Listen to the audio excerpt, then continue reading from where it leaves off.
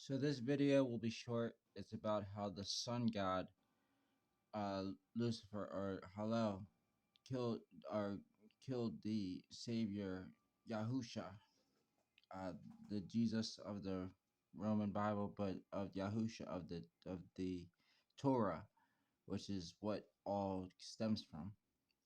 And the sun was darkened, and the veil of the Mishkan was torn in two,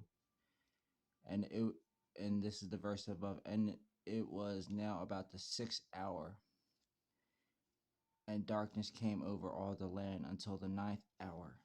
And in these days, the prominent hours are 3, 6, and 9, or 9, 12, and 3, being as though 6 o'clock is the beginning of the day, and the third hour is actually 9. So it was about the 6th hour of the day, being as though it was 12, the 9th hour of the day. So it's 3 o'clock.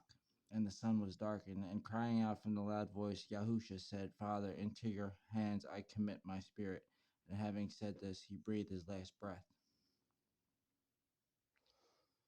So he goes before he's preaching about, and on this is another verse. And on that day, Yahusha went out to the house and sat by the sea, and a large crowds were gathered together to him. So that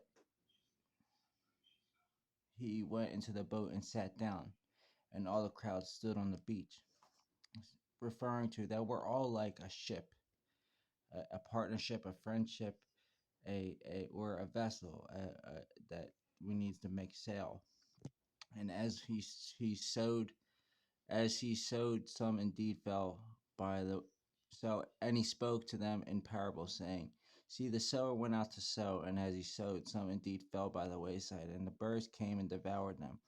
And others fell on the rocky places where they did not have much soil, and immediately they sprang, and because they had no depth of soil, but when the sun was up, they were scorched, and because they had no root, they withered.